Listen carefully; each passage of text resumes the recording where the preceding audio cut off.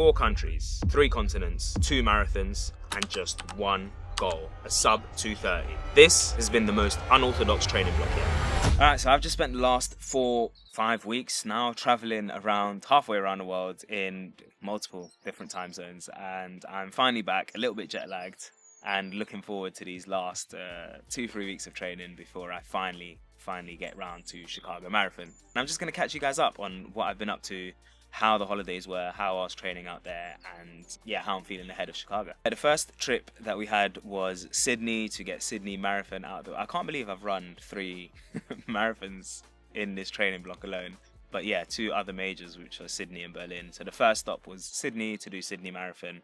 Went out there with the runner team and my partner, and you've seen the previous video. If you haven't, go and watch that, but that explains all about Sydney. And then from Sydney, we ended up going to Melbourne to just go to like Phillip Island, see some penguins, enjoy some time in nature, feed some kangaroos. That was a very unique experience. And then from Melbourne, we went to the Gold Coast to just relax, kick the feet up. I say relax. My partner was relaxing, and so were her friends. I was in the thick of the training block, so I was still running up and down the Gold Coast. But there are worse places to have to do an interval session, so I was proper enjoying the sunrise every morning, eating good food, and I think that was one of the best parts of being able to travel while on a training block, because you can run so much, you can eat wherever you want, and that really helped. Running up and down the coast. The best food exists in Melbourne, I'll tell you that hands down, but Gold Coast has some really good brunch spots, and obviously Sydney is one of my favourite places in the world. So if you see me move to Sydney, mind your business. It was a great ride in the UK, but I think I deserve to be in. Their winter was basically our summer, so yeah, I think I deserve to be over there. From Sydney, we then flew out to Tokyo for the World Athletic Championships. I went out there with ASICS, as mentioned like 2 videos ago. And honestly, seeing the elites do their thing, both in marathon running, 100 meters, 200 meters, all the track and fields, it's a surreal experience to like be there in the stadium. The vibe is unbelievable, and like, I didn't realize like how quiet it gets just ahead of like 100 and 200 meters. And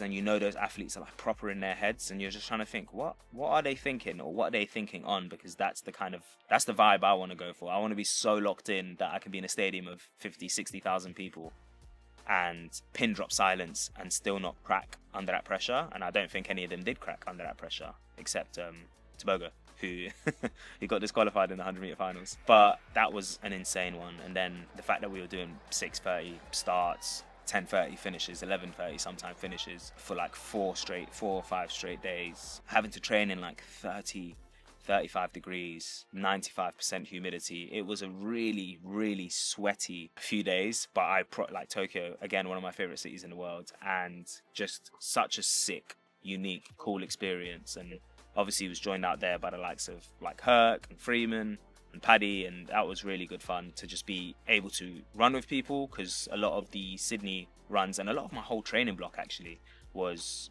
running by myself. I don't really run that much with people, which I think I need to start doing a bit more of, because when you got to Japan, you see that everyone runs with other people. Like, all of the people in the parks, all of the people in the streets are just running as like groups, and then you obviously watch the elites and they all train together as well. And I think that's one of the biggest things, or things that I'm taking away from this training block, is that I really want to find a group of training partners that will just, even if it's just my easy runs that I get to run with people, having a consistent group of people that are accountability partners for you is one of the best feelings. And I have my run club, which is fantastic, and that's only once a week.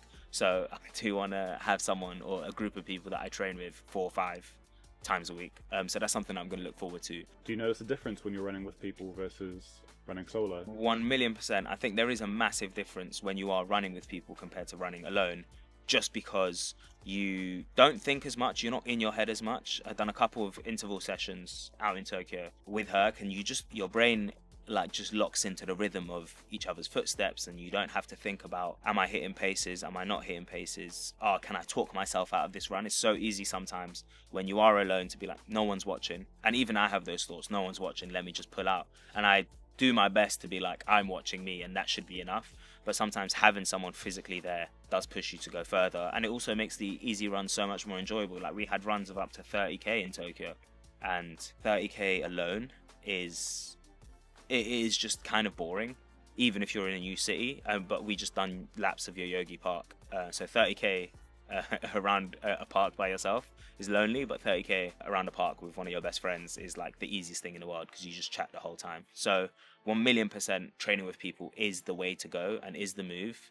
It's just, unfortunately, the more you train, the harder it is to find people and timing and races that align for you to all get the same kind of training out of it, unless you're doing easy runs where you can all easy run together. And then after Tokyo, we went to Osaka and Kyoto, and those were more chilled, and those were the times where I couldn't necessarily run as much as I wanted to run, because I was also there with my partner. We were traveling. It was our time to enjoy not being at work for the both of us. She'd obviously booked annual leave, but my work was in Tokyo. So when we were in Osaka, Kyoto, it's like, how can I balance my training? And she's so supportive as well. So being able to, like, you know, wake up early, get the run out the way before we start the day was something that was really beneficial. But then there's some nights where I'm getting home at 11, 12, and I know that I need to prioritize my sleep, because recovery is so important. It's almost as important as doing the session. So sometimes I'd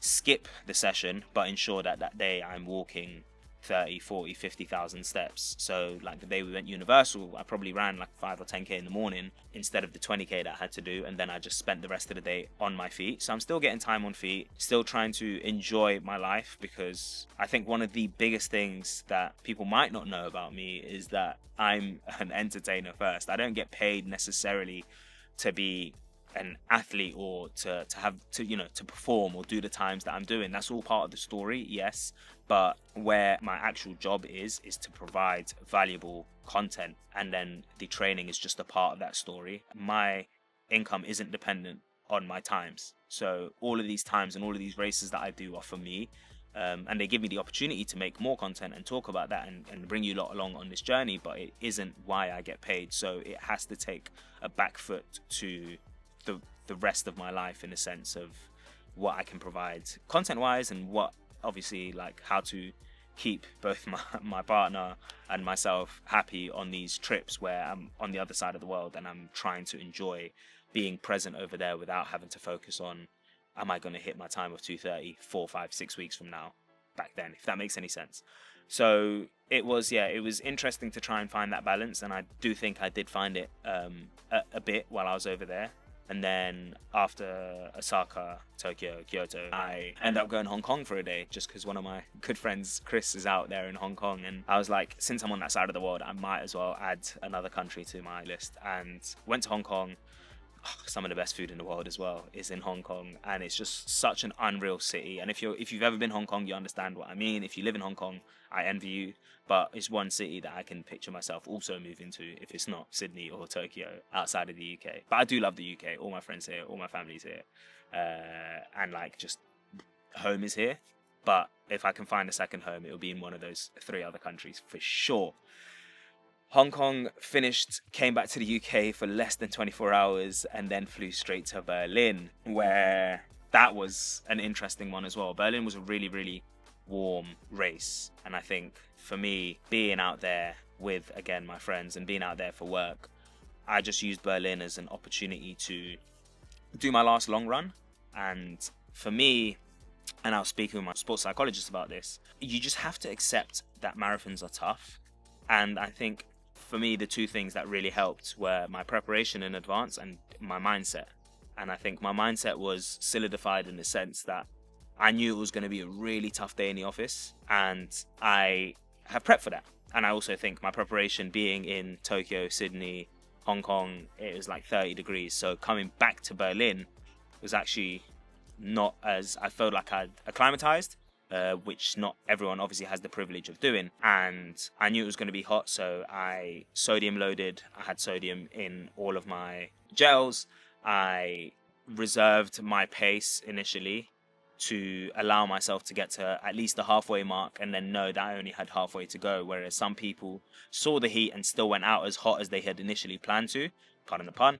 And that meant that when it did get tough, they completely bonked and they didn't have any reserves left. And I think when it comes to hot marathons, and I'm hoping Chicago's not hot,